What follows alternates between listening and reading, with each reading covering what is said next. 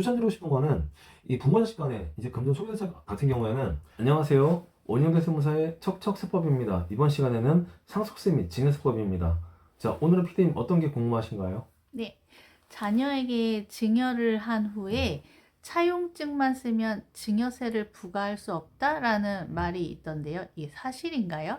그게 사실이 될 수도 있고 안 될 수도 있습니다. 그러니까 이제 보통 이제 그 일반 사람들은 잘 생각 안 하는 부분이 있는데 그 입증 책임이라는 부분이 있어요. 그래서 이제 보통 이게 어떤 거 쉽게 말씀드리면 뭐냐면 이익을 구하는 쪽에서 입증을 해야 됩니다. 과세를 그러니까 국세청 입장에서는 우리가 과세하는 정당한 사유가 있어야 된다는 걸 입증해야 되는 게 국세청한테 있고 책임이 있고 납세자 입장에서는 우리는 세금 낼 의무가 없다라고 입증을 해야 됩니다. 만약에 그래서 이 부모 자식 간에 돈이 왔다 갔다 했을 때 이거 갖다가 이제 부모 자식 간에 돈이 왔다 갔다 했는데 증여가 아니라 이게 차용이다. 돈을 빌려준 거다. 라고 입증을 해야 국세청에서는 증여세로 과세를 안 할 수가 있겠죠. 뭐 어떻게 부모 자녀 간의 금전 거래를 입증을 하나요? 일단은 가장 중요한 게 이 금전 거래가 객관적으로 발생하고 정당한 거래로 입증을 해야 되겠죠. 자, 만약 예를 들어서 PD님이 다른 사람한테 돈을 빌려줍니다. 그러면 PD님은 제일 먼저 뭘 하시겠어요? 계약서를 쓰지 않을까요?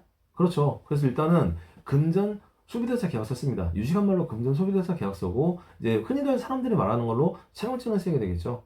그러면 일반적으로 일면식도 없는 사람들이나 나랑 아무런 이 친하지도 않는 사람들한테 돈을 빌릴 때는 돈을 빌려주면 칼같이 쓴단 말이죠. 계약서를. 그런데 부모 자식 간에는 이 금전 소비대차 계약서가 진짜일 수도 있고 아닐 수도 있습니다. 원래는 돈을 증여해 주는 건데 증여세를 물기 싫어가지고 나중에 걸리고 나서 소급해가지고 채용증을 쓰면서 아 이거 사실 우리 증여가 아니야 돈을 빌려준 거야 라고 말할 수도 있다는 얘기죠.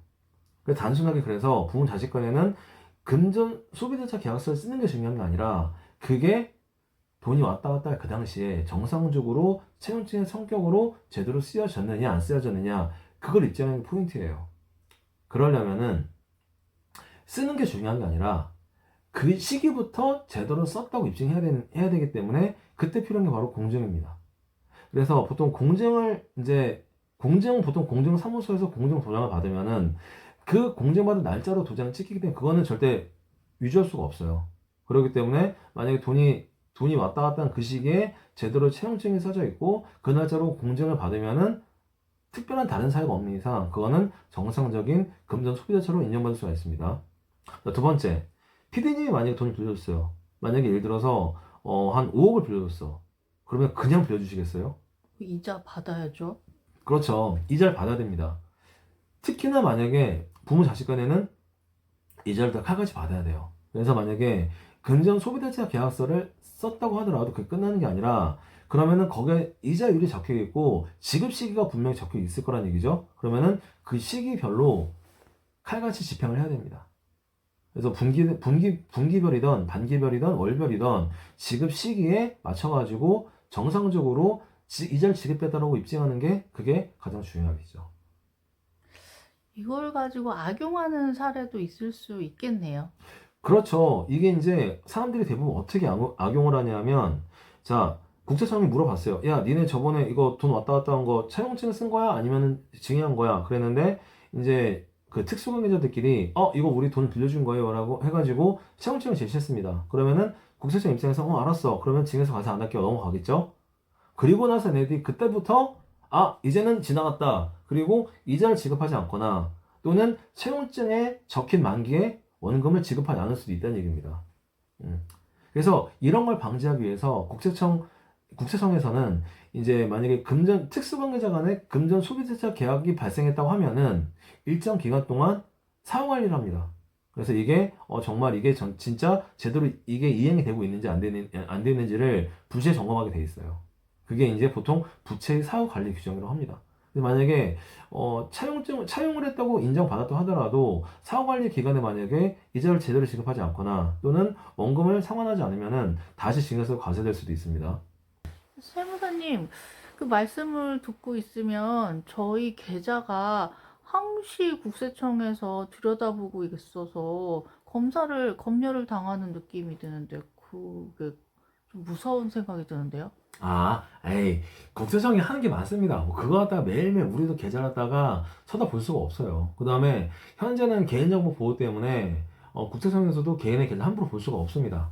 없고 다만 이제 특정한 이벤트가 있을 때 볼 수가 있어요.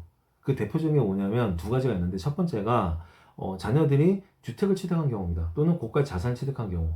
그러니까 이런 경우에는 국세청에서 어떤 걸 보냐면 지금까지 자녀들이 벌어들인 소득을 다 합산을 해봐요. 해보고 그것보다 만약에 비싼 자산을 취득하면은 너 나머지 돈은 어떻게 조달했어라고 물어보게 되겠죠.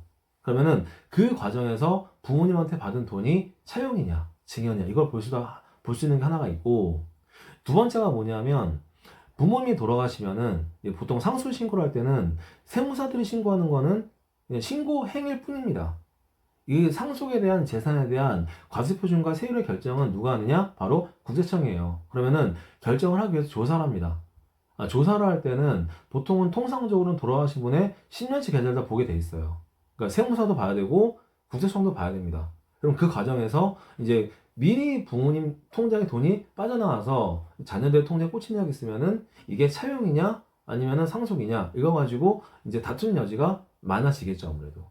그러니까 그런 경우에는 발생할 수가 있기 때문에 만약에 제가 이게 뭐 언제나 항시 뭐 국세청 본다는 게 아니라 이런 일이 있을 수가 있으니 만약에 부모하고 자식 간에 금전이 왔다 할 때는 이런 걸 염두에 두고서 진행하셔라 그렇게 말씀드리는 거죠. 이게.